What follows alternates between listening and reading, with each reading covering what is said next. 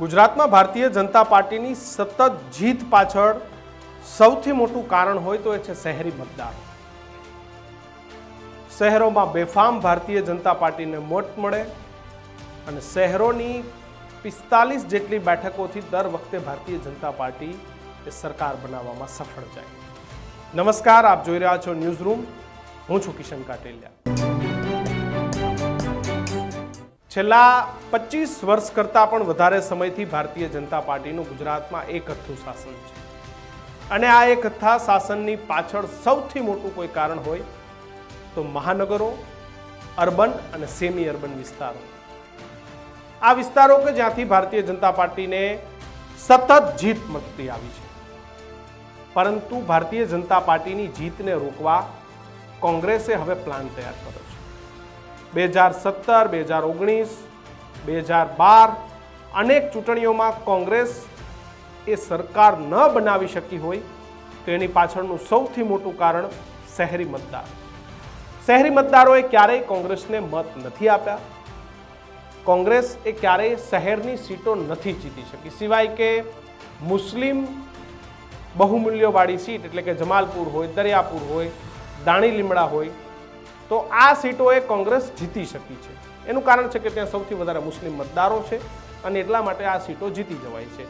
પણ બાકીની અમદાવાદની 12 થી 14 બેઠકોમાં કોંગ્રેસ ક્યારેય નથી ફાવતી, વડોદરામાં ક્યારેય નથી ફાવતી, સુરતમાં ક્યારેય નથી ફાવતી, રાજકોટમાં માંડ ક્યારેક એકાધી બેઠકે કોંગ્રેસ જીતી શકી છે, જામનગરમાં ક્યારેય મેળ નથી પડતો, ભાવનગરમાં માંડ ક્યારેક એકાધી બેઠકનો મેળ પડે છે. અર્બન અને શહેરી વિસ્તારોમાં કોંગ્રેસને જીત નથી મળતી અને આ જીતના કારણે ભારતીય જનતા પાર્ટી એ વારેખેર સરકાર બનાવી જાય છે. દર વખતે શહેરમાંથી 50 સીટો મળે એટલે ભાજપની સરકાર સેટ થઈ ગઈ. પણ હવે કોંગ્રેસે નક્કી કર્યું છે કે શહેરની સીટો નહીં જીતીએ તો સરકાર ક્યારેય નહીં બને. કોંગ્રેસે પોતાની રણનીતિ ચેન્જ કરી છે. વડોદરામાં આજે મુકુલ વાસનિક, શક્તિસિંહ ગોહિલ, અમિત ચાવડા તમામ લોકોએ ભલે વડોદરામાંથી મત નથી મળતા, ભલે વડોદરાની સીટ નથી જીતી શકાણી, પરંતુ વડોદરામાં વધુ વિધાનસભાની સીટો જીતવા માટે આજે જન આક્રોશ રેલીનું આયોજન કર્યું છે. ગમે તેમ કરીને દિલ્હીના હાઈકમાન્ડે રાહુલ ગાંધીની સ્પષ્ટ સૂચના છે કે ભાઈ શહેરી મતદારોને આકર્ષો. ગ્રામ્ય વિસ્તારોમાં કોંગ્રેસે તમને જોવા મળશે, પણ શહેરમાં કોંગ્રેસે ઓછી જોવા મળશે. આજે મુકુલ વાસનિક, શક્તિસિંહ ગોહિલ, અમિત ચાવડા અને આખું કોંગ્રેસનું મોવડી મંડળ એ જન આક્રોશ રેલી લઈને વડોદરામાં ફરશે.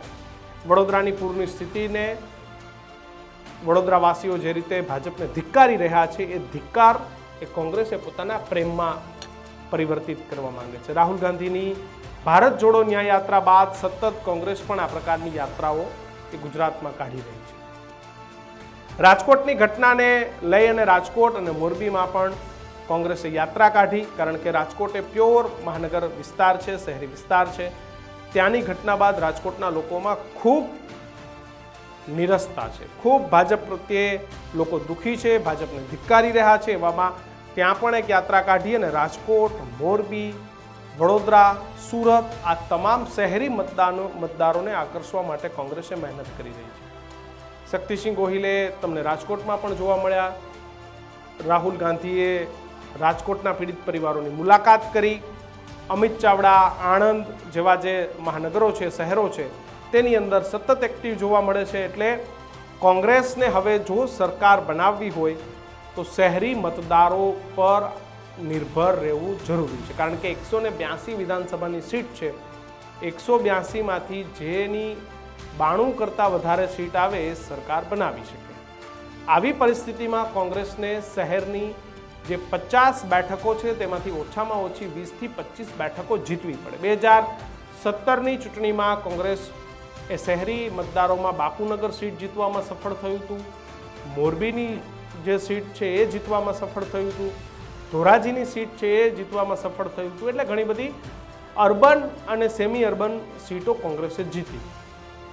એવામાં હવે એ તૈયારીઓ શરૂ કરવામાં આવી છે કે 27ની ચૂંટણીમાં યેન કેન પ્રકારે મહાનગરના જે મતદારો છે એને પોતાની તરફ ખેંચવા, આકર્ષવા અને ત્યાંના જે પ્રશ્નો છે તેના માટે વધુ મેદાને લડવું.